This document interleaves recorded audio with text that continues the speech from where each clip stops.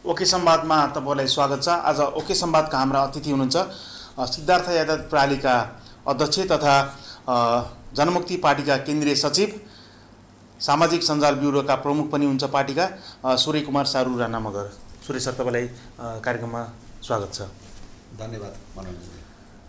चैत्र 11 देखि लकडाउन भयो, यातायातहरू चाहिँ गोदाममा ग्यारेजमा थन्काएर राख्नु भएको छ। दिन कसरी चलिरहेको छ अहिले? यो थन्काउने काम हामीले गरेको होइन।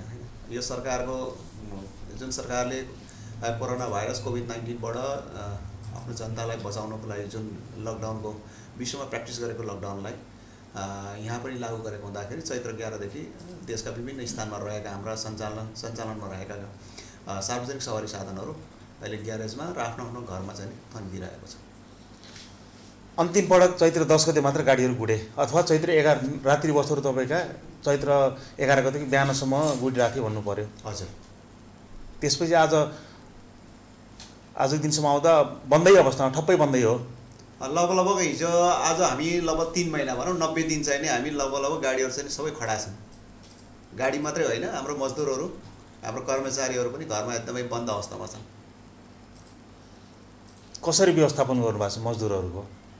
चालक, सहचालक, अन्य व्यवस्थापक कर्मचारीहरू? यो प्रश्न त मलाई भन्दा पनि सरकारलाई सोध्नुपर्ने तपाईले। त्यही पनि व्यवस्थापन, जनताको व्यवस्थापन कर्मचारीले त तपाईलाई भन्छन्, कर्मचारीले तपाईलाई भन्न आउँछन्। कर्मचारीले भन्ने कुरा ठिकै छ, उसको पहुँच जहाँ छ उसले वहीँ भन्ने हो। जसको पहुँच जहाँ छ त उसले त्यही प्रश्न गर्ने हो। तर यसको जनताको चाहिँ नि जिम्मेवारी चाहिँ सरकारले लिनुपर्छ। तर सरकार चाहिँ नि अहिले असफल भइरहेको छ, हरेक कुरामा असफल भइरहेको छ र जनतालाई चाहिँ अहिले बेवकुफ बनाउने काम चाहिँ सरकारले गरिरहेको छ। यसमा चाहिँ नेपाली जनता सचेत हुनुपर्छ। व्यवसायी मात्रै होइन कि नेपाली जनता नै सचेत हुनुपर्छ। 3 महिना पुग्न थाल्यो लकडाउनको। हजुर। बजार बिस्तारै खुलिरहेको अवस्था पनि छ। बजारहरू लगभग होटल र रेस्टुरेन्टहरू बाहेक सबै प्रकृतिका बजारहरू अब एक किसिमले खुलेको जस्तै देख्नु भएको छ, सबैले देखेका छौँ होइन। तर यातायात नचल्दाखेरि मानिसहरूको जुन चहलपहल हुनुपर्ने थियो नि त्यति छैन नि। होइन, मैले भने नि सरकारले नबुझेको कुरा यहीँनिर हो क्या। जबसम्म कुनै पनि देशमा जति स्पिडले गाडीहरू चल्छ त्यसको विकासको क्रम पनि त्यहीँबाट देखिन्छ। तर नेपालले नबुझेको, नेपालमा सरकार जो अहिले बहुमतको सरकारले नबुझेको कारण के हो भने रक्त सञ्चार नेपालको विकासको लागि या देशलाई चलायमान गर्नलाई नै यो सार्वजनिक यातायात चल्नुपर्छ। तर त्यो सार्वजनिक यातायातलाई नै ग्यारेजमा थन्काएर राख्दाखेरि उसले विकास या निकास कसरी गर्छ? यो कोरोना भाइरसको होइन, यो महामारीलाई कसरी निकास दिन्छ? त्यो सम्भवै छैन। यहीँनिर नबुझेको कुरा हो। न विकास देखियो न निकास देखियो। निकास त छँदै छैन। लकडाउनको नाममा, कोरोना भाइरसको नाममा जनतालाई त्रसित गरिरहेका छन् होइन, तर निकास दिन सकेको छैन। आर्थिक अवस्था, विश्वमा आर्थिक अवस्था त्यति होइन, स्थिति खराब हुँदै गइरहेको छ। अब अहिलेको अर्थमन्त्रीले पनि अब पैसै छैन भनिरहेको अवस्थामा अब यसलाई कसरी निकास दिने भन्ने कुनै पनि कहीँ छलफल र बहस भएको या योजना या सोच ल्याएको चाहिँ कहीँ पनि देखिँदैन। हामी तपाईँहरूको कम्पनी छ नि सिद्धार्थ यातायात प्रणाली। हजुर। कतिवटा गाडी छ टोटल? हामीसित 24वटा गाडी छ यहाँ, ठुला साना गरेर। हजुर। 24वटा गाडी स्थानीय तह र लामो रूटमा चलिरहेका थिए भनौँ। चलिरहेका थिए। त्यसमा कति % चाहिँ नि ब्याङ्कको लोन छ? यस्तो हुन्छ नेपालमा प्रायः जसो लोनिङ सिस्टम चाहिँ नि 65-70 होइन, अनि 30% या 20% चाहिँ नि व्यवसायले लगाउने हो। र अहिले विशेष गरेर यातायात क्षेत्रमा चाहिँ नि सबभन्दा लगानी नेपाल अधिराज्यभरि ब्याङ्किङ सेक्टरले या कुनै पनि वित्तीय संस्थाले लगाउने भनेको 70%, 65 देखि 70% हो। यहाँ अहिले 70% चाहिँ नि ब्याङ्कको लगानी चाहिँ नि हामीसित चाहिँ नि होइन एउटा ग्यारेजमा चाहिँ उभिरहेको छ। ग्यारेजमा 70% यो क्षेत्रको ब्याङ्कको लगानी थियो नि नेपालभरिको ब्याङ्कको चाहिँ नि त्यो लगभग तपाईँको चाहिँ नि 10 अरबको लगानी हुन्छ तपाईँहरूको सबै गर्दाखेरि। नेपालभरि अहिले तपाईँको नेपाल सरकारको यातायात व्यवस्था कार्यालयमा दर्ता भएको 300वटा गाडी छन्। 3 लाख गाडीहरू चाहिँ दर्ता साना ठुला गरेर होइन। अनि यात्रुभाग अनि मालभाग चाहिँ नि 60,000 चाहिँ नि दर्ता छन्। त्यो गाडीमा चाहिँ 70% चाहिँ नि ब्याङ्किङ सेक्टरको या वित्तीय संस्थाहरूको चाहिँ लगानी छ। 30% या 20% व्यवसायहरूको लगानी छ। लगभग हामीले हाम्रो आँकडाले चाहिँ 10 अरब चाहिँ नि त्यसमा यातायात क्षेत्रमा लगानी भएको छ। 60 देखि 70% लगानी ब्याङ्कको छ भन्नुभयो यातायात क्षेत्रमा। चैत्र 11 देखि अब किस्ताहरू त मासिक द्वैमासिक त्रैमासिक हुन्छ होइन। हजुर। अब असार मसान्त पनि आउन थाले, किस्ताको लागि ब्याङ्कहरूले कतिको तनाव दिने गरेका छन्, के छ यो अवस्था पछिल्लो समय? होइन, यहीँनिर हामीले पटक पटक सरकारलाई पनि भनिरहेका छौँ। हाम्रो अब हिजोको दिनमा नेपालमा चाहिँ नि सिन्डिकेट खारिज नहुँदाखेरि समितिहरूसँग समितिहरू थियो, त्यसको महासङ्घ थियो। अब त्यो अहिले प्रालीहरू भएको हुँदाखेरि पनि अहिले त्यो महासङ्घले पनि पहल गरिरहेको छ, व्यक्तिगत रूपले या हामी प्रालीले पनि पहल गरिरहेका छौँ। सरकारलाई के भनिरहेका छौँ भने अब यो अषाढ मसान्त क्लोजिङको समय हो। नेपालको आर्थिक वर्ष सिद्धिने भनेको अषाढ मसान्तमा हो। त्यो अषाढ मसान्तमा सबको हिसाब मिलान हुनुपर्छ। र हाम्रो त ब्याङ्किङको मात्रै हिसाब मिलान होइन कि हाम्रो चाहिँ यातायात क्षेत्रमा भएको होइन, कर तिर्नुपर्ने, अनि नवीकरण गर्नुपर्ने, तपाईँको जाँच पास पर्मिटहरू नवीकरण गर्नुपर्ने सबै चिज हुन्छ। यो असार मसान्तसम्म हुँदाखेरि हामी सरकारलाई बारम्बार भनिरहेका छौँ अब यसको विषयमा सरकारले सोच्नुपर्छ भनिरहेका छौँ, तर सरकारले कहीँ कतै सोचेको देखिँदैन। तर तपाईँहरूको यातायात व्यवसायलाई केन्द्रीय बजेटले छोयो कि सम्बोधन भएको छ? होइन, हामीले भनेछौँ नेपाल सरकारले भर्खर लागू गरेको नीति तथा कार्यक्रममा यो अहिले 77-78 को बजेटमा कहीँ कतै चाहिँ छोएको छैन। तर प्रदेश सरकारले सामान्य नवीकरणहरूमा केही छुटहरू दिएको छ, जरिवानाहरूमा छुट दिएको छ सायद? होइन, त्यो भन्नुलाई सजिलो छ होइन, तर नीति बनाएको छैन नि त, कानुन बनाएको छैन नि। अहिले प्रदेश सरकारले भनेर सङ्घीय सरकारले यातायात चाहिँ नि यातायात चल्ने भनेको अहिलेसम्म चाहिँ नि सङ्घीय संरचना अनुसार चलिरहेको छ, प्रदेशबाट चलेको छ। प्रदेशको त बल्ल नीति पनि यातायात नीति पास भएको छैन। प्रदेशले त्यसरी घोषणा गरेर होइन जनतालाई या त व्यवसायलाई बेकु बनाउने काम गरिरहेको छ। जस्तो तपाईँको चैत्र मसान्तसम्म जसले चाहिँ नवीकरण गर्नुपर्ने, नवीकरण हुन नसके 32% जरिमाना रहेछ, त्यो जरिमाना छुट गर्नेछौँ भने त कुरा आएको छ नि। तर होइन, यस्तो हो, यो सरकारले र प्रदेशले के छ, चैत महिनाभित्र जसले चाहिँ सुविधा दिन्छ, जसले चाहिँ बुझाउँछ, त्यसमा चाहिँ नि उसलाई छुट भन्ने कुरा त चैत पछिको चाहिँ हिसाब कतै पनि आएको छैन, चैत्र पछाडिको। हजुर। भनेपछि त्यति आशावादी हुन निराशै 3 महिनादेखि निराश हुनुहुन्छ व्यवसायमा। अहिले सरकारले पनि केही गरेन, कोरोना भाइरसको सङ्क्रमण झन् पछिल्लो समयमा बढै छ। बरु चैत्र महिनामा त्यस्तो कुनै जोखिम होला जस्तो थिएन, त्यति बेला बढी कडा भयो, तर अहिले पछिल्लो समय जोखिम बढ्दाखेरि खुकुलो भएको छ। होइन, सरकारले बुझ्नुपर्ने के छ भने अहिले सार्वजनिक यातायात क्षेत्रको कुरा हामी गरिरहेका छौँ। सार्वजनिक यातायात क्षेत्रमा सबैभन्दा लगानी भनेको नेपाली नागरिकहरूको मात्रै लगानी भएको यो यातायात क्षेत्र हो। नेपालमा 10 अरबको चाहिँ लगानी छ। 10 अरबको लगानीमा सरकारले चाहिँ यसमा चाहिँ कुनै पनि ध्यान दिएन। सरकारले हिजो पनि सार्वजनिक यातायात सञ्चालन गर्न सकेन। हिजो सञ्चालन गरेको साझा बस भन्नुहोस् होइन, अब तपाईँको चाहिँ नेपाल एयरलाइन्स भन्नुहोस्, नेपाल रेल भन्नुहोस् होइन, ट्रली बस भन्नुहोस्, कहीँ पनि सक्सेस भएन। त अहिले चाहिँ सार्वजनिक यातायातमा सरकारको कतै पनि उसको लगानी छैन। लगानी नभएपछि उसलाई चाहिँ के प्रतिफल आउँछ भन्ने आश पनि छैन। तर यातायात व्यवसायलाई कसरी थिच्न सकिन्छ, कसरी चाहिँ नि तपाईँको कर उठाउन सकिन्छ, विभिन्न नाममा चाहिँ कर उठाइरहेको छ होइन, उसले आफ्नो आम्दानी मात्रै गरिरहेको छ। तर यो व्यवसाय चाहिँ नबच्दासम्म सरकारको चाहिँ अब आउने योजनाहरू पनि सफल हुन सक्दैन। सुरेश सर, जस्तो अब यस्तै अवस्था रह्यो भने त तपाईँको यातायात व्यवसाय पनि धराशायी हुने अवस्था आइसक्यो। धराशायी भइसक्यो अवस्था छ होइन। अब सरकारले चाहिँ नि कस्तो यो व्यवसायलाई बचाउनलाई के गर्नुपर्छ सरकारले? अब होइन, सरकारले चाहिँ नि सबैभन्दा पहिला त यातायात व्यवसायहरूसित छलफल गर्नुपर्छ। यातायात विज्ञहरू छन्, यातायात विज्ञहरूसित छलफल गर्नुपर्छ। नेपालमा कहिले पनि विज्ञहरू या विद्वानहरूको चाहिँ नि विचार लिइँदैन। यहाँ आफै चाहिँ एउटा नेता सबै चिजमा चाहिँ नि विद्वान सम्झिन्छन् होइन। अब नेताले जलस्रोतको विषयमा पढेको छैन, उसले जलस्रोतको विषयमा भनिरहेको हुन्छ। यातायातको विषयमा उसले लगानी गरेको छैन, यातायात सम्बन्धीको चाहिँ जानकारी छैन, तर यातायातको विषयमा उसले चाहिँ व्याख्या गरिरहेको हुन्छ होइन। यो कुराहरूमा चाहिँ कहिले पनि कुनै चिजमा लिँदाखेरि चाहिँ त्यसको चाहिँ सम्बन्धित विज्ञहरूसित या विद्वानहरूसित या व्यवसायहरूसित छलफल गर्नुपर्छ। त्यो गरिरहेको छैन। तर हामीले के भनिरहेका छौँ भने अहिले जो लकडाउनले चाहिँ नि 3 महिना लगभग बन्द छ। अब अझै कति दिन बन्द हुने हो निश्चित छैन। अब सरकारले चाहिँ लकडाउन खोले तापनि होइन, सार्वजनिक सवारी साधनमा यात्रा गर्ने यात्रुहरू चाहिँ घरबाट त्यति छिटो निक्लेला भन्ने चाहिँ आश गर्न सकिँदैन, किन अहिले डर त्रास त अहिले नै बढी नै छ नि होइन।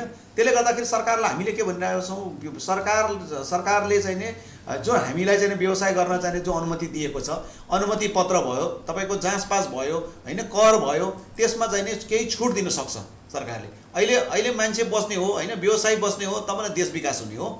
तर सरकारले चाहिँ त्यो विषयमा चाहिँ छलफल गरेको छैन र न कुनै सोच पनि ल्याएको छैन। तपाईँलाई मैले भनिसकेँ नि, नीति तथा कार्यक्रममा पनि केही पनि ल्याएको छैन, बजेटमा पनि केही पनि ल्याएको छैन भने त्यो बजेट कसको लागि हो त?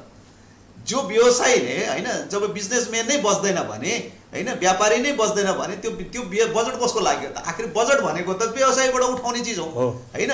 कुनै पनि व्यवसायलाई छोएको छैन। लगभग यो यातायात व्यवसायको मात्रै कुरा गर्दैन मैले होइन, अब समग्र देशको जति पनि व्यवसायहरू हुनुहुन्छ, विभिन्न उद्योगहरू हुनुहुन्छ, त्यो विषयमा चाहिँ सरकारले छलफल गरिरहेको देख्दिनँ मैले होइन। अब विशेष गरेर यहाँ चाहिँ अहिले मारमा परेको भनेको यातायात व्यवसाय र पर्यटन व्यवसाय हो। तर यातायात व्यवसाय र पर्यटन व्यवसायलाई कहीँ उसको चाहिँ योजनामा चाहिँ सरकारको योजनामा छोएको देखिँदैन। तर हामीले के भनिरहेछौँ भने सरकारसित लिएको या सरकारको चाहिँ नीति अनुसार हामीले जुन ब्याङ्क तथा वित्तीय संस्थाबाट लिएको ऋण तथा किस्ता त्यसलाई चाहिँ कमसेकम पनि यो आर्थिक वर्ष असाढ होइन कि अब पुस मसान्तलाई आर्थिक वर्ष अन्त मान्नुपर्छ। त्यसले गर्दाखेरि 6 महिना पछाडि धक्कलिएपछि हामी त्यतिखेरसम्म एडजस्ट हुनुपर्छ। तर त्योभन्दा अगाडि चाहिँ लकडाउन खुकुलो हुनुपर्छ या खुल्नुपर्छ। लकडाउन खुकुलो भएर मात्र भने यातायात पनि चल्न पर्यो नि, चल्नुपर्छ। जस्तो अब यो अहिले चाहिँ नि सरकारले अहिले अस्ति भर्खर ल्याएको चाहिँ नि लकडाउन खुकुलो भयो होइन, यातायात व्यवसायले चाहिँ आफ्नो चाहिँ सवारी साधन सञ्चालन गर्न पाउँछ, तर सिट क्षमताभन्दा आधा होइन, आधा चाहिँ नि यात्रु बोकेर हिँड्नुपर्छ भन्ने कुरा एउटा कुरा ल्यायो। अनि अर्को कुरा के ल्यायो भने दैनिक चाहिँ निर्मलीकरण गर्नुपर्छ बसहरूलाई भन्ने। अनि अर्को पिपिए चाहिँ नि आफैले व्यवस्था गर्नुपर्ने, के भन्छ सेनिटाइजर आफैले व्यवस्था गर्नुपर्ने, मास्क आफैले व्यवस्था गर्नुपर्ने भनेपछि क्यापासिटीको आधा चढाउनु पर्ने भनेपछि त कसरी सर्भाइभ हुन्छ? सर्भाइभ हुन सक्दैन। हामीले के भनिरहेको छौँ, सरकारले चाहिँ नि यस्ता कुराहरूमा चाहिँ नि अन्य देशको चाहिँ नि होइन योजनाहरू पनि बुझ्नुपर्छ। जस्तो हामीले युकेको एउटा उदाहरण लिन्छौँ। युकेमा सार्वजनिक यातायात सञ्चालन भइरहेको छ, त्यहाँ गभर्मेन्टले नै के भन्छ यातायात व्यवसायको क्षतिको चाहिँ भरपाई गरिरहेको छ।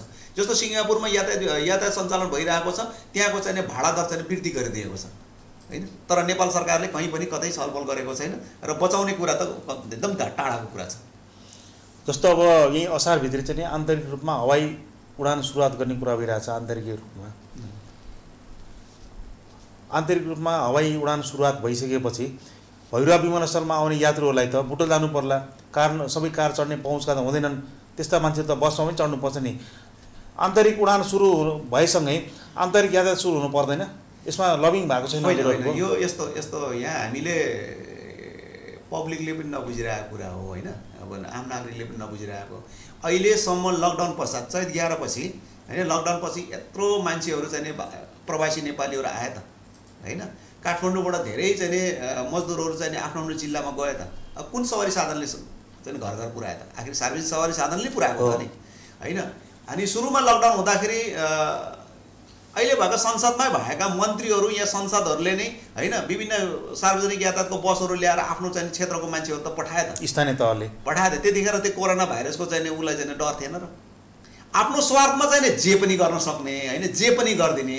तर जब व्यवसाय मारमा परेछ भन्ने कुरामा चाहिँ त्यही हिजोको दिनमा कलङ्कीमा बसेर आफ्नो क्षेत्रको चाहिँ नागरिकलाई पठाउने सांसद र मन्त्रीहरू किन बोल्दैनन् त? किन उसको लगानी छैन होइन। अहिले फेरि के छ भने कोरोनाको नाममा भ्रष्टाचार गर्न पाएपछि त होइन बिना लगानी उसलाई चाहिँ उठाउन पाइरहेको छ भने किन बोलिराख्छन्? यातायात व्यवसाय मात्रै होइन, सबै व्यवसायको कुरा हामीले गर्नुपर्छ होइन। सबै यो व्यवसायको विषयमा चाहिँ सरकारले सोच्नुपर्छ, तर छैन कहीँ पनि।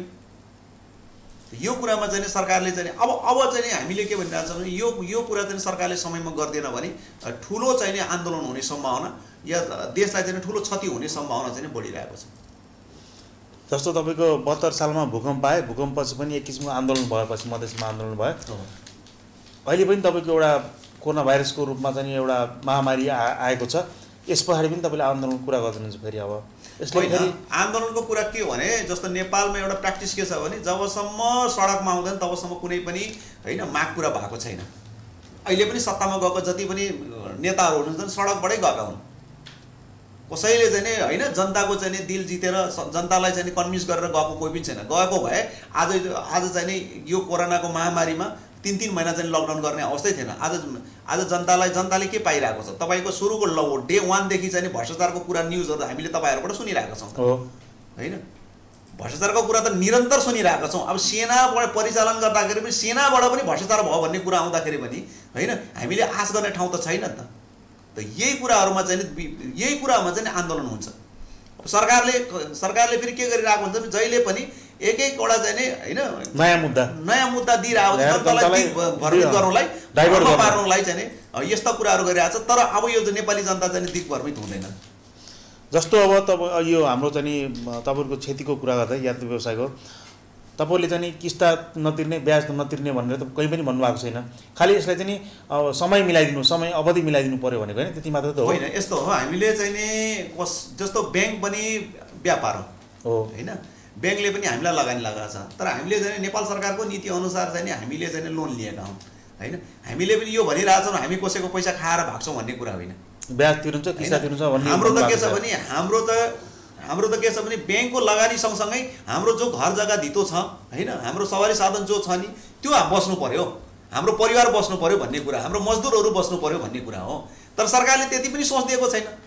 यो बहुमतको सरकार उसले चाहेदेखि जे पनि हुनसक्छ नि त, नत्र भने बहुमतको सरकार किन आवश्यक पर्यो? कुनैसँग राय लिनुपर्छ त्यो बहुमतको सरकारले, बहुमत पार्टीले आफू आन्तरिकमा बसेर निर्णय गर्न सक्छ। जनतालाई दिने भए, चाहने भए पार, इच्छा भए पार, इच्छा शक्ति हुनु पर्यो। दिएको त कहीँ पनि छैन। तपाईँ हामीले सोच्नु कहाँ दिएको छ? इच्छा शक्ति हुनु पर्यो। तपाईँ अब पत्रकार हुनुहुन्छ, इच्छा शक्ति हुनु पर्यो। नेपाली जनतालाई दिएको ल बताउनुहोस् कहाँ छ ल भन्नुहोस्। इच्छा शक्ति हुनु पर्यो। तपाईँ हामी ओडामा बसिरहेको छौँ, ओडामा हेर्नुहोस् न अब कति दियो त राहत होइन, जबकि राहत दिने अवस्थै थिएन त्यतिखेर। अब अहिले दिनुपर्छ, हतार थियो होइन, अनि आफ्नो पार्टीको प्रचार गर्नु थियो होइन। 5 किलो चामल बाँड्यो, 10 किलोको चाहिँ के भन्छ बिल पेश गरिरहेको छ। त्यो भ्रष्टाचार त हामी देखिरहेका छौँ नि। तर यहाँ अहिले के छ भने लकडाउनको नाममा कोही जनता सडकमा नआओस् होइन, बोल्न नपरोस्, हाम्रो विरोधमा नआओस् भनेर लकडाउन भनेछ होइन। तपाईँको चाहिँ नि मोबाइलको रिङटोङदेखि लिएर चाहिँ हरेक चाहिँ नि मिडियामा चाहिँ नि होइन कोरोना भाइरसको डर त्रास यति दिइरहेको छ कि मान्छे त आधा मरिसकेको छ। नेपाली जनता आधा मरिसक्यो, मानसिक रूपले आधा मरिसक्यो। तपाईँ घटनै हेर्नुहोस् न, आत्महत्याको घटना हेर्नुहोस्। नेपाल सरकारकै डाटा, हामीले त बाँकी मिडियाको कुरा छोड्नुहोस्, नेपाल सरकारकै डाटा हेर्नुहोस्, नेपाल प्रहरीको डाटा हेर्नुहोस् न होइन। त सरकार के गरिरहेछ भन्ने कुरा हो। जस्तो लकडाउन खुकुलो भयो, आन्तरिक रूपमा यातायात चल्यो। हजुर, आन्तरिक रूपमा यातायात चल्ने सुचारू हुने बित्तिकै यो चाहिँ तपाईँको मानिसहरू आवत जावत गर्छन् भन्ने विश्वस्त हुनुहुन्छ तपाईँ? छैन, हामी विश्वस्त छैनौँ। विश्वास छैन। मैले तपाईँलाई भर्खर भने नि यो कोरोना भाइरसको हावा यति फैलाइएको छ कि होइन, कोरोना भाइरसले मानिस मर्दैन जहाँसम्म लाग्छ कि मलाई होइन। तर म त्यो विज्ञ होइन, त त्यो कुरा त मैले भनिराख्नु पर्दैन। तर यसलाई चाहिँ परहेज गर्न सकिन्छ नि त होइन।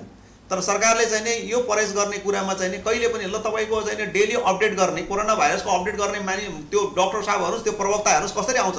ऊ पहिले आधा हारेर आएको हुन्छ। कमसेकम ऊ जोसको साथ होइन, ऊर्जाको साथ आउनुपर्ने नि त होइन। हामीले चाहिँ नि अबको दिनमा, भोलिको दिनमा यति लाख पिसिआर चाहिँ टेस्ट गर्छौँ भनेर चाहिँ उसले उत्साहको साथ भन्नुपर्ने हो। हामीसित चाहिँ औषधि छैन, हामीसित पिसिआरको किट छैन भनेर आउँदाखेरि त जनताले के सोच्ने? जनता कसरी चाहिँ उत्साह हुनसक्छ?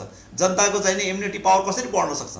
झन् घट्छ, निराश भएर। निराशाको समाचारले आधा आत्मबल नहुँदै त मान्छे आधा मर्ने हो। आत्मबल उठाउने त सरकारले कहीँ पनि पहल गरेको देखिँदैन हामीले त। जस्तो अब तपाईँलाई सरकारले चाहिँ नि यातायात चलाउन छुट दियो, आन्तरिक रूपमा यातायात चल्यो, एक जिल्लाबाट अर्को जिल्ला गयो अथवा लामो दूरीमा भैरबाट काठमाडौँसम्म जाने सरकारले मापदण्ड तय गर्यो। 2टा सिट भएको गाडीमा 2टा सिटमा चाहिँ एकजना मान्छे यात्रु मात्र राख्ने भन्ने। त्यस बेलामा हामीले चाहिँ नि यो भाडाको त अत्यधिक बढिहाल्छ। अनि सरकारले भने जस्तै पिपिईदेखि लिएर सेनिटाइजर, मास्कको पनि व्यवस्था गर्नु पर्यो भने त्यस्तो बेलामा चाहिँ नि यातायात भाडा बढ्ने हो के हुन्छ यो? अनि अब नै हामीले यस्तो भनेको यात्रु भाडा बढ्नु हुँदैन भन्छौँ हामीले। किन भन्दाखेरि कोरोना भाइरसले अहिले सबै चाहिँ आर्थिक अवस्था चाहिँ डामाडोल भएको अवस्थामा अब सार्वजनिक यातायातमा यात्रा गर्ने भनेको निम्न वर्गहरूको मानिसहरू, विपन्न वर्गको मानिसहरू हो होइन। जोसित धन सम्पत्ति छ ऊ त आफ्नो निजी सवारी साधनमा हिँडिरहेको हुन्छ होइन। निम्न वर्गको मानिसहरूको लागि भाडा वृद्धि दर गर्नु हुँदैन भन्ने कुरा हाम्रो माग छ। तर सरकारले यो विषयमा चाहिँ सरकारले राहत त यातायात व्यवसायलाई दिनु पर्यो नि। हामी देशभरि गाडी सञ्चालन गर्न सक्छौँ होइन। तर जस्तो हामी यहीँ छौँ होइन, सिद्धार्थ यातायात प्रणाली यो रूपन्देही जिल्लामा हामी कमसेकम पनि 6-7वटा कम्पनीहरू छौँ। बेलैयाबाट जति पनि होइन भारतबाट आएका नेपालीहरूलाई कसले लिएर गएको छ त? यही भएर कम्पनीले लिएर गएको छ, लिएर गएको छैन। हो यही कुरामा चाहिँ नि प्रब्लम छ। किन गाउँपालिकाले त्यो बिल पेश गर्नलाई गाउँपालिकाले आफै व्यवस्था गरेर पठाइरहेको छ। यहाँ पनि किन पठाउनु पर्यो? त्यो त भ्रष्टाचार निकै देखेको छ नि। जस्तो पाल्पाले चाहिँ नि भारतबाट आएको आफ्नो नागरिकलाई पाल्पाबाट गाडी किन पठाउनु पर्यो? यहाँ गाडी प्रयोग, तपाईँको गाडी प्रयोग भएको छैन? प्रयोग भएको छैन। हामी त्यही त नगरपालिकालाई कुरा गरेका छौँ, सिडिओ साहबलाई कुरा गरेका छौँ, हामीलाई चाहिँ नि भाडा दर बताइदिनुहोस्, हामी पुऱ्याउँछौँ देशभरि होइन। दुर्घटना बढ्ने कारण पनि त त्यही हो। जुन रुटमा चल्नुपर्ने गाडी त्यो रुटमा नचलेको कारणले पनि त अहिले लकडाउनको बेलामा पनि होइन दुर्घटना बढिरहेको छ। भनेपछि बेलैयाबाट दिनका दिन जति पनि पहाडतिर मान्छेहरू जान्छन् नि, तपाईँको यातायात कम्पनी उसले आफैले व्यवस्था गरिरहेको छ। उसले आफै गाउँपालिकाको अध्यक्षले होइन नगरपालिकाको मेयरले आफै व्यवस्था गरेर पठाइरहेको छ। त्यो कसित व्यवस्था गरेको छ त्यो हामीलाई थाहा छैन। हामी त यहीँ छौँ नि, बेलैया नाकाबाट देशभरि गाडी छोड्ने मान्छेहरू त हामी प्रालीहरू त यहीँ छौँ नि। तर हामीसित कुनै चाहिँ न सरकारले गरेको छ होइन, न त अहिले सेनाले लिएको छ, न सेनाले गरिरहेको छ। भनेपछि यो बेथितिले कसरी चाहिँ होइन हामीले कोरोनालाई जित्न सक्छौँ त? यहाँ पनि भनेपछि यो स्थानीय तहले जुन चाहिँ तपाईँको आफ्ना नागरिकलाई ओसारिरहेछन्, जुन आफ्नै जिल्लाको चाहिँ नि त्यही क्षेत्रका यातायात सञ्चालन गरिरहेछन्, प्रयोग गरिरहेछन्, त्यसमा पनि यो भ्रष्टाचारको गन्ध आइसकेको हो। त्यस्तो कन्फर्म छ। हामी त त्यसलाई दाबीको साथ, मैले त दाबीको साथ भनिदिन्छु मैले, किन म त राजनीति गर्ने मान्छे पनि भएको हुँदाखेरि त्यो म दाबीको साथ त्यहाँ भ्रष्टाचार भएको छ भनेर। जब मैले अघि नै भने नि यातायात बिना, सार्वजनिक यातायात बिना होइन देशको विकास हुन सक्दैन, देश चलायमान हुनै सक्दैन होइन। तर सार्वजनिक यातायातलाई नै ग्यारेजमा थन्काएर राखेको छ सरकारले भनेपछि कसरी चलायमान गर्छ होइन र? जस्तो अहिले काठमाडौँमा बस्ने, काठमाडौँमा पहुँच भएका मान्छेहरूले चाहिँ नि ट्रकमा चाहिँ माल लिएर गएर आफूले खाइरहेको छ। बाँकी दुर्गम जिल्लाले खानु पर्दैन? बाँकी दुर्गम जिल्लालाई चाहिँ कोरोनाले खाने होइन, काठमाडौँवासीलाई चाहिँ होइन काठमाडौँभित्र पस्दा पनि पिसिआर टेस्ट गर्नुपर्ने किन? तपाईँ हामी गए पनि अलि टेस्टको कुरा आइरहेछ आरडिडीको अहिले। हो अहिले पनि तपाईँको जोडबिजोड भर्खर तपाईँले न्युजमा पढ्नुभयो, जोडबिजोडको कुरा गर्नुभयो होइन। जोडबिजोडमा चाहिँ सार्वजनिक सवारी साधन बाहेक अरू चलिरहेको छ। निजी सवारी साधनले चाहिँ यात्रु उठाएर हिँडिरहेको छ भने होइन भोलि दुर्घटनाको जिम्मेवारी कसले लिन्छ? सरकारले त्यहाँतिर हेरिरहेको छ कि छैन? अब तपाईँको चाहिँ अहिले पनि होइन प्रशासनमा हामीले पास लिन गयो, जसको पहुँच छ उसले पास जतिखेर पनि पाउँछ क्या, जसको पहुँच छैन उसले जे गरेर पनि पाउँदैन। त्यसकारण त पटक होइन मानिसहरू चाहिँ एम्बुलेन्स नपाएर होइन सवारी साधन नपाएर क्वारेन्टाइनमा मान्छे मर्ने कारण त्यही त हो नि। यो कुरामा चाहिँ सरकारले कहीँ पनि कोरोनाले पनि पहुँचवालालाई मात्र फाइदा पुर्यायो भन्नु पर्यो। यो त म्याक्सिमम कोरोना भनेको नै व्यापार हो त। तपाईँले सुन्नु भएन, चाइनाबाट कोरोना निक्ल्यो, चाइनाबाट नै होइन व्यापार सुरु भएको छ। अहिले जो म्याक्सिमम व्यापार त चाइनाले गरिरहेको छ भने है त्यसको सँगसँगै हामी नेपालले पनि गरिरहेको छौँ। सुरुमै चाइनाबाट आउने सामानमै तपाईँको चाहिँ बढी चाहिँ के भन्छ मूल्य दरमा फरक पर्यो। त्यसले गर्दाखेरि चाहिँ अब सरकारले चाहिँ यो कुरामा चाहिँ अलिकति संवेदनशील भएर होइन अलिक चिन्तन गरेर विज्ञहरूसित सल्लाह गरेर यो कुराहरू चाहिँ समाधान गर्नु जरुरी छ। तर सरकारले चाहिँ जति बेला जुन प्रारम्भमा लकडाउन गर्यो त्यति बेला लकडाउन गरेर तपाईँ हामी सबै भित्र बसियो नि। हजुर, हामी भित्र बसिसकेपछि सरकारले त्यति बेला जुन व्यवस्थापन गर्नुपर्थ्यो त्यो व्यवस्थापन पुरा राम्रोसँग गर्न नसक्दा आजको अवस्था आएको हो। त्यो त तपाईँको सुरुकै दिन उच्च स्तरीय समिति गठन गर्नुपर्ने किन आवश्यक थियो त भन्नुहोस् त? प्रधानमन्त्रीले ईश्वर पोखरेल, उप प्रधानमन्त्री ईश्वर पोखरेलको लाई संयोजक बनाएर उच्च स्तरीय समिति गठन गर्न आवश्यकै थिएन नि। स्वास्थ्य मन्त्रालय छँदै थियो होइन, स्वास्थ्य भने विपद समिति त हरेक जिल्लामा छ त। विपद समितिलाई जिम्मेवारी दिएको भए आज यो अवस्थै आउँथेन नि। त्यो त भ्रष्टाचार त त्यहीँबाट सुरु भएको छ, नीतिगत भ्रष्टाचार त त्यहीँबाट सुरु भएको छ नि।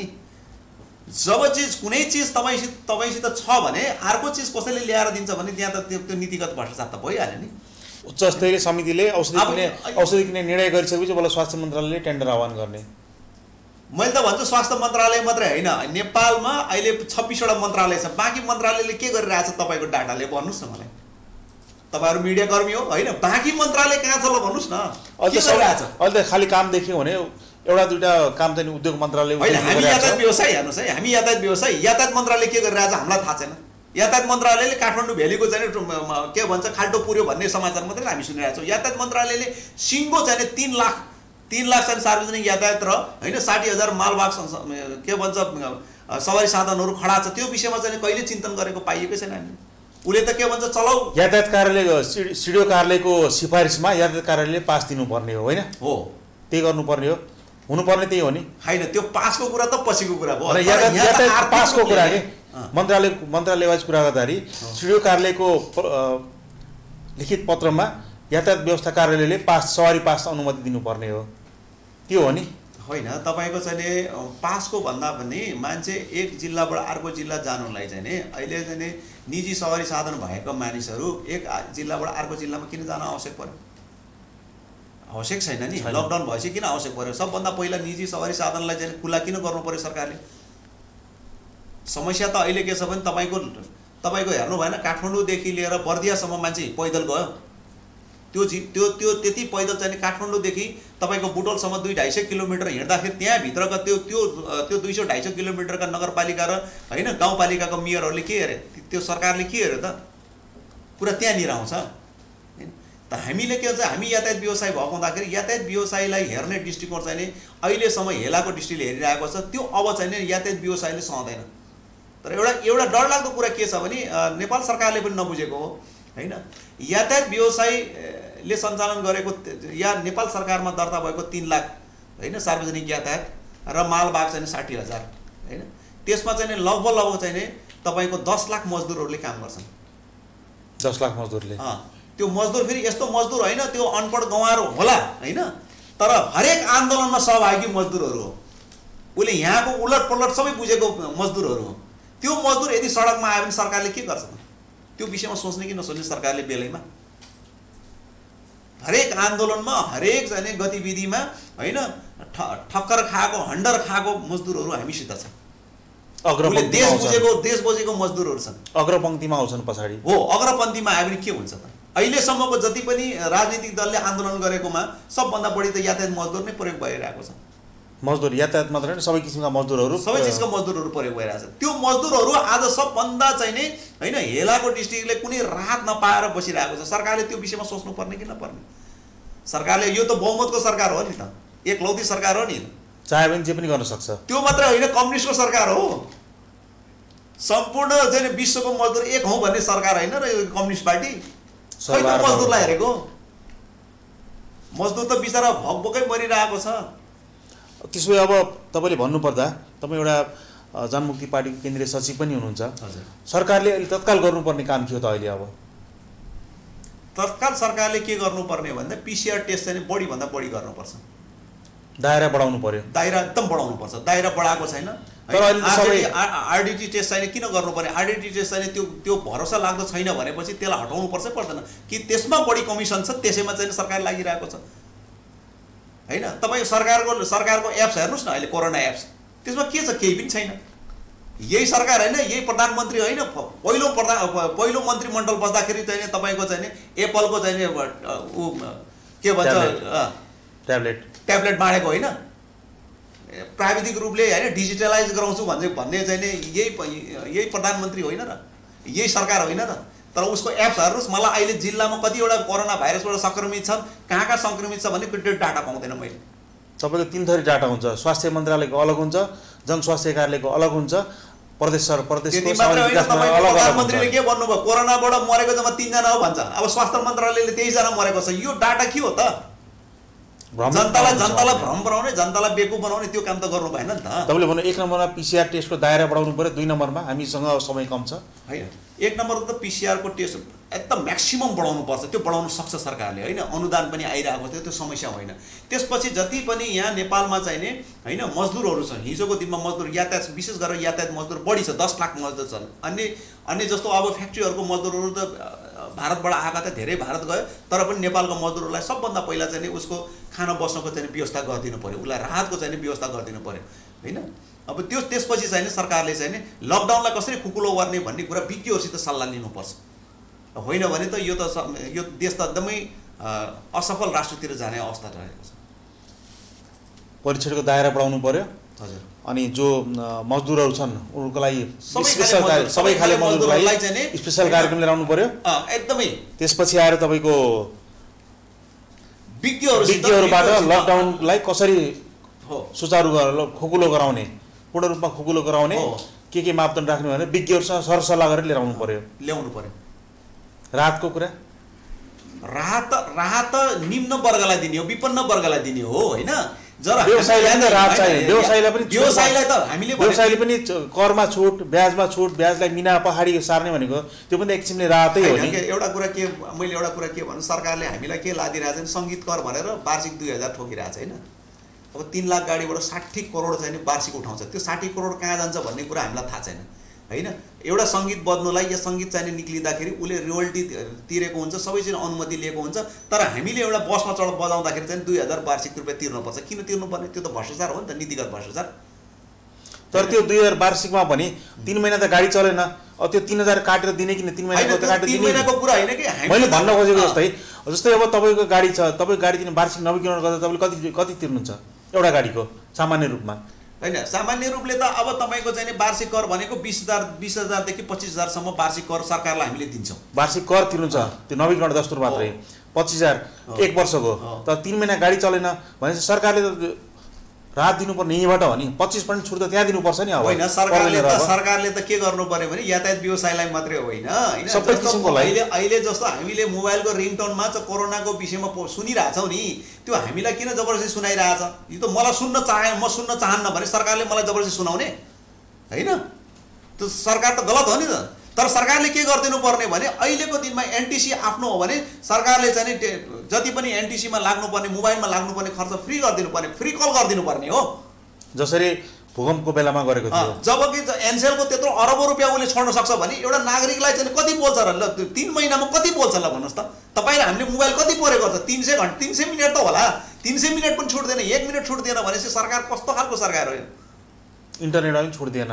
जब इन्टरनेट त अझै तपाईँको पैसा नबुझाउनुको त इन्टरनेट काटिरहेको छ, मेरै आज काट्दै लड्नुहोस् होइन। अब तपाईँको ब्याङ्कले हेर्नुहोस्, ब्याङ्कले के गरिरहेको छ, तपाईँ सन्चै हुनुहुन्छ भन्छ पहिला होइन, अनि त्यसपछि तपाईँले बुझाउनु सक्नुहुन्छ भने बुझाउनुहोस् भनेपछि त्यो कति मानसिक टर्चरमा छ ल। 3 महिना उसले काम नगरिकन काम गर्ने नेपाली हो नि त होइन, 10 नङ्ग्रा खियाएर काम गर्ने नेपाली हो नि त, मेहनती नेपाली हो नि त। तर नेपालीलाई काम गर्न नदिएर होइन, अहिले आर्थिक भार चाहिँ तर चारैतिर चाहिँ थुपारिरहेको हुँदाखेरि सरकार चाहिँ असफल भएको हुँदाखेरि होइन, यातायात व्यवसायले अब एउटा 2टा विकल्प यातायात व्यवसायसित छ होइन। अब कि त सरकारले चाहिँ हामीलाई सुविधा दिन पर्यो, हामीले मागे अनुसार हामीले सुविधा पनि यति सुविधा पनि मागे छैनौँ। हामीले के भनिरहेछौँ भने ब्याङ्कको ब्याज दरमा चाहिँ आर्थिक वर्ष असाढमा सकिन्छ भने पुसमा सकिन्छ, हामीलाई 6 महिनाको समय पाउँछौँ हामीले होइन। यातायात यो लकडाउन खुकुलो भएर यातायात चलेर पनि मान्छे चढ्छन् भने ग्यारेन्टी छ नि त तपाईँको? होइन, ग्यारेन्टी नभए पनि त्यसको सट्टा तपाईँले अर्को कुरा पनि आइरहेको छ नि ब्याङ्कको ब्याज दरको विषयमा। जस्तै तपाईँको 10 वर्षको लोन छ भने जुन अहिले लकडाउनको अवधिलाई 10 वर्ष प्लस गरेर पनि बुझाउने त्यो पनि समायोजन भन्ने विषय पनि आइरहेको छ नि होइन। त्यसैको विषयमा चाहिँ अस्ति हामी भैरामा भएका व्यवसायहरूले चाहिँ राष्ट्रिय ब्याङ्क मार्फत चाहिँ होइन, केन्द्रीय राष्ट्रिय ब्याङ्कलाई चाहिँ एउटा ज्ञापन पत्र दिएका छौँ होइन। अब त्यसमा चाहिँ सरकारले गर्न सक्ने कुराहरू चाहिँ गरिदिएन, समस्या त्यहाँनिर हो होइन। तर एउटा कुरा के बुझ्नु पर्यो भने यातायात व्यवसाय विशेष गरेर सार्वजनिक यातायात व्यवसाय नचल्दासम्म देशको विकास हुन सक्दैन। सरकारले यो बुझिराख्नुपर्छ। भोलिको दिनमा लकडाउन खुले पनि 3 लाख चाबीहरू चाहिँ सरकारको टेबलमा गयो भने के हुन्छ होइन? 10 लाख मजदुर सडकमा आयो भने के हुन्छ? यो 2टा कुराबाट सरकारले चाहिँ अहिले बेलैमा सचेत हुनु पर्यो होइन, बेलैमा राहत दिनु पर्यो, बेलैमा चाहिँ छलफल गर्नु पर्यो, होइन भने चाहिँ ठुलो चाहिँ कोरोना भन्दा ठुलो चाहिँ आन्दोलन हुने सम्भावना बढी छ। यातायात व्यवसाय अहिलेसम्म हामीसँग समय थोरै छ, म जम्मा 2टा प्रश्न मात्र राख्न चाहन्छु। तपाईँहरूको यातायात व्यवसाय र अहिलेसम्म यो सरकार अन्तर्गत मन्त्रालय चाहिँ यातायात व्यवस्था मन्त्रालय डायलगहरू संवादहरू केही भएको छैन? होइन, हाम्रो महासङ्घले गरिरहेको छ होइन। महासङ्घले गर्दाखेरि अहिले के भने सिट क्षमताभन्दा आधा चाहिँ यात्रु राखेर सञ्चालन गर्नु भने त्यो सम्भवै छैन। हामीले के भनिरहेको छौँ, त्यस्तो हो भने सरकारले अनुदान दिनु पर्यो, राहत दिनु पर्यो या सब्सिडी दिनु पर्यो। त्यो कुरामा चाहिँ अब सरकार चुप लाएर बसिदियो होइन। सरकारले 2टा थर्मल गन राख्नु पर्यो, सेनिटाइजर राख्नु पर्यो, मास्क राख्नु पर्यो होइन, अनि पिपिए आफै खरिद गर्नु पर्यो भन्छ। अब पिपिए चाहिँ हामीले कहाँ खरिद गर्ने होइन? पिपिएको चाहिँ स्ट्यान्डर्ड के हो, कसले बन्ने? पिपिए हामीले खरिद गरेको पिपिएले चाहिँ कोरोना सङ्क्रमित हुन सक्दैन भन्ने के ग्यारेन्टी छ त? सरकारले चाहिँ एउटा मापदण्ड त दिनु पर्यो नि।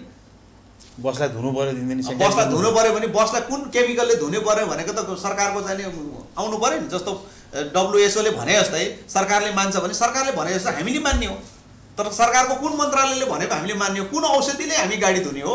त्यो औषधिले धोएको गाडी चाहिँ होइन के भन्छ निर्मूलीकरण हुन्छ भन्ने के ग्यारेन्टी भयो? यो कुराहरूमा चाहिँ सरकार चाहिँ कहीँ पनि चाहिँ सिरियस देखिँदैन। अब सुरेश सर, हामी कार्यक्रमलाई अब अन्ततिर आइसकेका छौँ। तपाईँ जनमुक्ति पार्टीको केन्द्रीय सचिव पनि हुनुहुन्छ। अहिले पछिल्लो समयमा लिपियाधुरा लगायतका विषयहरू एमसिसीको कुरा आइरहेछ। पछिल्लो समय नागरिकता विधेयकसम्म पनि कुरा आइरहेछ। यसलाई चाहिँ तपाईँले छोटकरीमा भन्दा कसरी विश्लेषण गर्नुहुन्छ अहिले? अब छोटकरी यो यस्तो हो, यो तपाईँको हिजोदेखि आजसम्म सत्ता खाने मान्छेहरू त्यही हो होइन। चाहे पञ्चायत कालमा भन्नुहोस् होइन, तपाईँको बहुदल कालमा भन्नुहोस्, अहिलेको सङ्घीय गणतन्त्रमा भन्नुहोस्, मान्छे त्यही हो होइन। सोच त्यही हो, अनुहार मात्रै फेरिएको मात्रै हो होइन। विचार त्यही हो तिनीहरूको। अहिले जति पनि ल्याएको छ नेपाली जनतालाई बेवकुफ बनाउने काम मात्रै गरिरहेको छ होइन। अब जस्तो लिपियाधुरा कालापानी हाम्रो हो भन्छ, हाम्रो हो भने होइन, हिजोदेखि हाम्रो हो भन्ने यही नेताहरू हो नि त। अहिले सत्तामा बसेको नेताहरू झन्डा लिएर गाड्न गएको होइन। त्यतिखेर चाहिँ लिपियाधुरा होइन कालापानी हाम्रो भन्ने, अनि नक्सा बनाउने बेलामा त्यो नक्सा चाहिँ हटाएर चाहिँ नक्सा बनाउने भनेपछि त जनतालाई छुट्या बनायो होइन। अनि अर्को कुरा के छ भने तपाईँको नक्सा त बनायो होइन। नक्सा बनाएपछि त्यो ग्राउन्ड लिने काम चाहिँ कसको हो त? जबकि ग्राउन्डमा त भारतीय सेना बसिरहेको छ होइन। नेपाली सेना के गरिरहेको छ? यहाँ डन्डापुरमा चाहिँ क्वारेन्टाइनको जिम्मा लिइरहेको छ, होल्डिङ सेन्टरको भनेपछि सरकारले के गरिरहेको छ भन्ने कुरा त त्यही स्पष्ट छ। नागरिकता विधेयकको कुरा गर्नुहुन्छ, त्यो 2063 सालमा होइन नागरिकता विधेयक चाहिँ ल्याएको त यही 7 दलले हो होइन। यिनीहरूकै यही दलका कार्यकर्ताले सिफारिस गरेर चाहिँ नागरिकता बाँड्ने मान्छे त यिनीहरू नै हो। अहिले फेरि हामीलाई चाहिँ होइन सदनमा बसेर चाहिँ झगडा गरे जस्तो गरेर नागरिकता विधेयकमा यो 7 वर्ष उसको चाहिँ अहिलेदेखि दिनुपर्छ, उहिलेदेखि दिनुपर्छ भने होइन। कि त नेपाली नागरिक होइन भन्नु पऱ्यो होइन। नागरिक हो भने त्यसलाई नागरिकता दिनु पऱ्यो। त यो विषयहरूमा चाहिँ हामी नेपाली एमसिसीलाई के भन्नुहुन्छ होइन। एमसिसीको विषयमा भने हिजोको दिन पास गर्ने काङ्ग्रेस होइन, आज पनि पास गराउने फेरि कम्युनिस्ट। कम्युनिस्टमा केही मान्छेहरू चाहिँ पास गराउनु हुन्न भन्छ। आखिर त्यस्तो हो भने होइन, त्यो खेमा ने त्यस्तो हो भने स्पष्ट के हो त होइन। जनमत गराउन सक्छ नि त, त्यो विषयमा चाहिँ बाहिर ल्याएर पेपरहरू बाहिर सो गर्न सक्छ, बहस गर्न सक्छ नि त। होइन भने पैसा नै चाहिएको हो भने त होइन।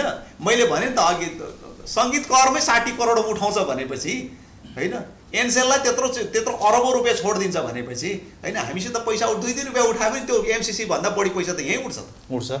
50 अरब रुपियाँ खासै ठुलो रकम पनि होइन त्यो हो त। 50 अरबले कन्छ के नेपाली जनतालाई के उकासेको छ ल भन्नुहोस् त? अहिलेसम्म 50 अरब होइन, कति अरब आइसक्यो। देशको विकास त्यतिकै छ, हामी त्यो गरिबै छौँ होइन। हाम्रो इज्जत कहीँ छैन। हाम्रो पासपोर्ट लिएर कहीँ पनि जानुहोस्, तपाईँको हेर्ने डिस्ट्रिक्टबाट हेर्नुहोस्। त्यसले गर्दाखेरि इमान्दारीको राजनीति छैन देशमा। इमान्दारीको राजनीति भएन, छैन। खालि पहुँचवाला राजनीति, हरेक कुरामा पहुँच भयो। सबभन्दा ठुलो भ्रष्टाचार भने आर्थिक मात्रै होइन, नीतिगत भ्रष्टाचार बढी छ होइन। हामीले के देख्छौँ? आर्थिक मात्रै देखिरहेछौँ होइन। आर्थिक भ्रष्टाचार मात्रै रमाइलो लाग्छ, ओहो यसले पैसा खायो भने, तर नीतिगत भ्रष्टाचार चाहिँ बढी भइरहेछ कि होइन। जस्तो हामीले के भन्यौँ, नक्सा निकाल्यौँ होइन, अब कालापानी उल्लिन्छौँ भन्ने, अब त्यहाँ चाहिँ सेना नपठाउने, अनि सशस्त्र पठाउने, सशस्त्र पनि हेलिकप्टरमा पठाउने, त्यो के भन्छ गृहमन्त्रीसहित पठाउने, तर त्यो बोर्डरभन्दा होइन 42 किलोमिटर यता पठाउने भनेपछि बिपिओको चाहिँ त्यो के भन्छ बोर्डर आउटपोस्ट राख्ने कारण के हो त? यतातिर तपाईँको घरभित्र राख्नुहुन्छ भने होइन, तपाईँले घर बाहिर को आउँछ भन्दा त बरन्डामा बस्नु पऱ्यो नि त। घरभित्र बसेर के थाहा पाउनुहुन्छ? हो यस्तो चाहिँ नाटकहरू चाहिँ गरिरहेको हुँदाखेरि नीतिगत त्रुटिहरू बढी छ हाम्रो देशमा, अत्यधिक जानी गरेको छ के जानी गरेको हुँदाखेरि यो चिजमा चाहिँ नेपाली जनता सचेत हुनुपर्छ र सचेत छ। अबको दिनमा चाहिँ नि अब यो राजनीति के गर्नेहरू अहिले सत्तामा बसेकोलाई त्यति सजिलो छैन। बेलैमा चाहिँ सचेत हुनलाई म अनुरोध गर्न चाहन्छु। हस् त, हाम्रो स्टुडियोमा आउनुभयो, आफ्नो भनाइहरू राख्नुभयो। कोरोना भाइरसको जोखिम, त्यसै लकडाउन कारणले आफ्नो यातायात व्यवसायमा परेको प्रभाव, त्यस्तै गरेर विभिन्न समस्या र यो पार्टीगत देशको राजनीतिको विषयमा छोटो कुराकानी गर्नुभयो, समय दिनुभयो। यसको लागि यहाँलाई धेरै धेरै धन्यवाद छ। कार्यक्षेत्रमा रहँदा आफ्नो स्वास्थ्यको ख्याल गरेर कार्य सम्पादन गर्नुहोला। यहाँलाई शुभकामना पनि छ। नमस्कार। धन्यवाद मनोरञ्जी। यो न्युज ओकेले मलाई यो पहिलोचोटि चाहिँ एउटा आफ्नो व्यवसायको विषयमा, सार्वजनिक यातायात व्यवसायको विषयमा चाहिँ भनाइहरू राख्न दिनुभयो। म अहिले पनि सम्पूर्ण सार्वजनिक यातायात व्यवसायका सवारी धनी मजदुर साथीहरूलाई अहिले धैर्य गरौँस्, तर हामी एकजुट भएर चाहिँ यो सरकारसित चाहिँ हाम्रो विभिन्न मागहरू लिएर हामी आन्दोलन गर्नुपर्छ र हामी संवाद पनि गर्नुपर्छ भन्दै यहाँहरूलाई विशेष धन्यवाद दिन चाहन्छु। धन्यवाद।